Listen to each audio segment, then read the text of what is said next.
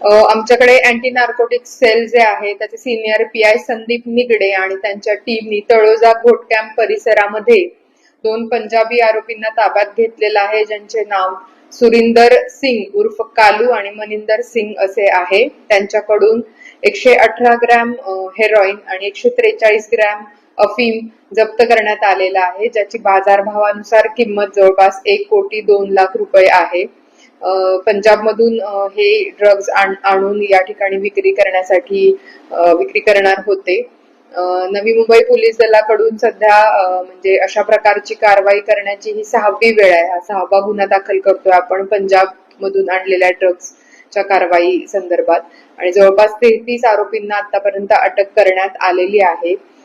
नशामुक्त नवी मुंबई किंवा नशामुक्त भारत अभियानांतर्गत आमचा अँटी नार्कोटिक्स सेल असेल किंवा प्रत्येक पोलीस स्टेशनला स्थापन करण्यात आलेलं अँटी नार्कोटिक्स स्क्वॉड आहे, यांच्याकडून अंमली पदार्थ विरोधी दमदार कारवाया सुरू आहेत।